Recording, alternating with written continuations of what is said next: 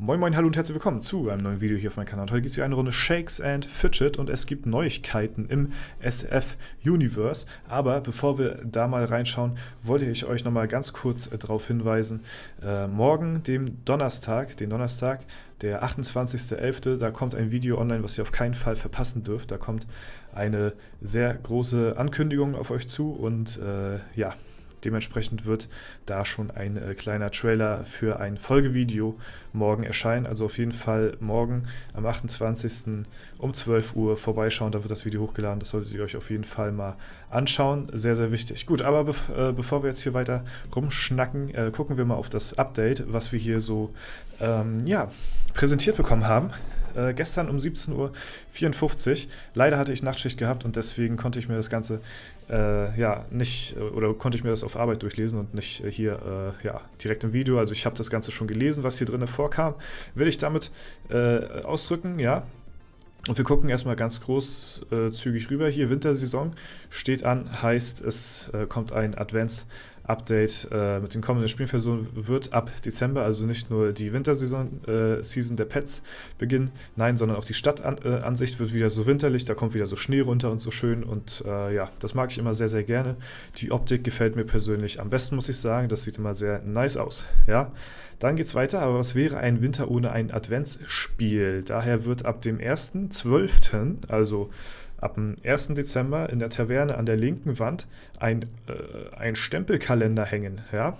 20 Felder warten darauf, von euch abgestempelt zu werden und ihr erhaltet eine tägliche Belohnung dafür und einen wirklich schönen Sound dazu. Ja? Also es lohnt sich, hier den Sound mal ja, vielleicht mal anzumachen und zu testen, was da so bei herauskommt, ja. Und solltet ihr mal einen Tag verpassen, macht euch keine Sorgen. Das Ganze hält den ganzen Dezember, also 31 Chancen habt ihr für 20 Felder sozusagen, ja, um die Achievements zu sammeln. Und dann noch ein Achievement zu sammeln, genau. Also ihr braucht alle 20 Felder für ein Achievement, was ihr dann bekommt, ja. Und dafür habt ihr halt 31 Tage Zeit, falls ihr mal was verpassen solltet. Also quasi ein Daily Login-Bonus für begrenzte Zeit, quasi ein kleines Adventskalender-Türchen in Shakes and Fidget sozusagen. Ja, hatten wir ja schon mal drauf angesprochen gehabt im Stammtisch. So ein Login-Bonus oder so, ja, für so einen Daily Login-Bonus wäre auf jeden Fall nice. So finde ich das ganz gut so, dass es erstmal zeitlich begrenzt ist und nicht für immer am Start ist. Das finde ich eigentlich ein ganz nices Event. Kann man sich auf jeden Fall drauf einigen. Was mich zum nächsten Thema bringt, das Sammelalbum wird euch 10 neue Achievements bringen, unter anderem zum Thema Arena Manager, aber auch zu kommenden neuen Features, Trommelwirbel, den nordischen Dungeons. Ja, es gibt neue Dungeons, 2 Stück wahrscheinlich an der Zahl. Einer in der Lichtwelt und einer in der Schattenwelt. Ja, hier steht es ja auch.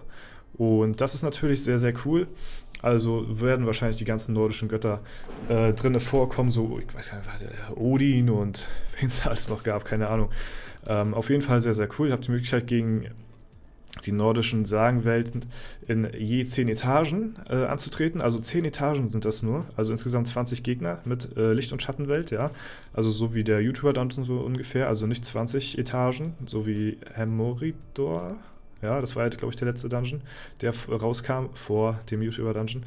Die Schlüssel findet ihr in der Edelsteinmine der Festung, ja, Licht ab Charakterstufe 180 und geöffneten Dungeon 12, Schatten ab Stufe 280, ja, haben wir easy, werden wir wahrscheinlich direkt wieder als Pilzvideo nehmen, also wir werden uns da in dem Dungeon natürlich durchpilzen und gucken, wie weit wir kommen, das ist ganz klar, da nehme ich euch natürlich mit. Ja, da wird das Inventar voll. Picke voll, wie gut, dass ihr die Schatzkammer der Festung nun bis auf Stufe 45 ausbauen könnt und somit Zugriff auf die Inventartour erhaltet. Ich muss mal anmerken, die Übergänge sind wirklich sehr, sehr gut geschrieben diesmal. Ja, also von einem ins andere Thema. Das passt perfekt, muss ich sagen. Also, was wir auch gesagt hatten, der Inventarplatz wird erhöht. Ja, das ist ja schon mal richtig, richtig nice. So, jetzt aber natürlich die Frage, wie baut man das Ganze aus? Sobald ihr also Stufe 16 der Schatzkammer gebaut habt, erscheint in eurem Charakterbild oben rechts ein Truhensymbol. Klickt es an und öffnet eure Truhe, die bis zu 3 Tabs mit bis zu je 10 neuen Inventarplätzen enthält. Wollt ihr einen Gegenstand verschieben, öffnet die Truhe und haltet den Gegenstand auf den jeweiligen Tab, um ihn zu öffnen. Aber das wird man dann merken. So.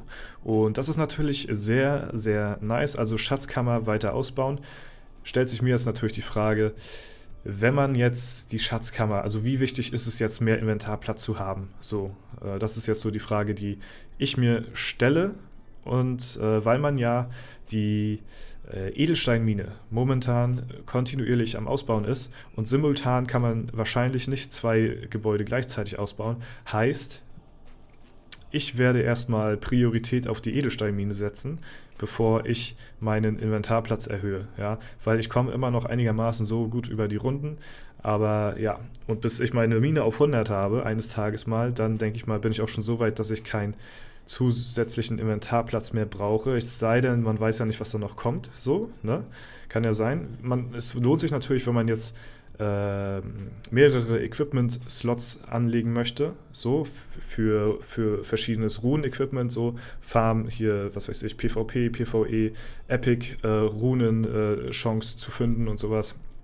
Das ist natürlich sehr nice und gefällt mir auch sehr, sehr gut, muss ich sagen. Bereits gestern habe ich euch ja schon an anderer Stelle verraten und das passt nun auch super zum Inventarplatzproblem, dass wir mit diesem Update auch etwas verlieren werden, die sogenannten Glücksepics, ja, also epische Gegenstände mit reinen Glücksboni drauf, ja, die werden aus dem Spiel komplett rausgenommen, ja, also es gibt keine Glücksepics mehr, nur noch normale Epics mit 5er-Attributen oder 3er-Attributen, ja. Alle wollen natürlich die 3er-Attribute haben, ist ganz klar. Also es gibt so gesehen jetzt keine Glücksepics mehr.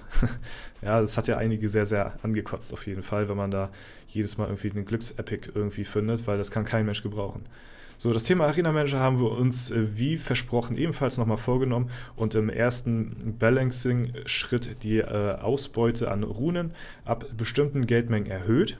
Okay, wir schauen uns natürlich weiterhin die Fortschritte an, um gegebenenfalls weitere Anpassungen so vorzunehmen, dass irgendwann der Sweet Spot der Verlaufskurve getroffen ist, also perfekt gebalanced wird sozusagen.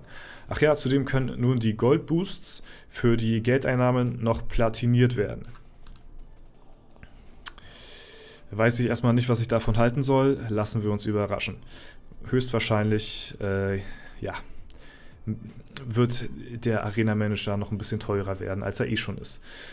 Mehr sage ich mal dazu erstmal noch nicht, wir lassen uns wie gesagt überraschen. Natürlich gab es auch noch weitere Anpassungen im Spiel, bestimmte Grafiken, schöne HD-Grafiken, bla bla bla, blabdiblub, das ist sehr cool auf jeden Fall. Ein paar Spoiler natürlich auch im Changelog, okay. Was aber noch dazu kommt, ja, und das sehen wir hier unten schon, dass es noch nicht alles ist, denn wir haben ja jetzt den Black Friday vor der Tür. Und weil der letztes Jahr schon so sehr gut ankam, wird der Black Friday dieses Jahr auch wieder stattfinden. Und das heißt, dass es aus der Edelsteinmine nur schwarze Edelsteine zu finden gibt. Keine grünen, keine roten, keine blauen, keine gelben, nur schwarze Edelsteine. Ist natürlich sehr nice für Leute, die schwarze Edelsteine suchen. Ich momentan suche eher so die Ein-Attributs-Edelsteine für Intelligenz und sowas. Aber ich beschwere mich auch nicht, dass ich hier schwarze Edelsteine bekomme, kann man auf jeden Fall sehr gut upgraden, denn die Begleiter und sowas und so weiter und so fort. Dazu gibt es natürlich auch noch eine 20% Pilzaktion, ja, also wer vorhat jetzt aufzuladen, sollte den Zeitpunkt nutzen. Jetzt bekommt man 20% mehr Pilze fürs Geld und das Erfahrungsevent steht natürlich auch noch an. Ja, soweit zum Update. Was ist hier? Hier gibt es noch die ganzen Features, so, was hier noch alles hinzugefügt wird und was hier noch verändert wird.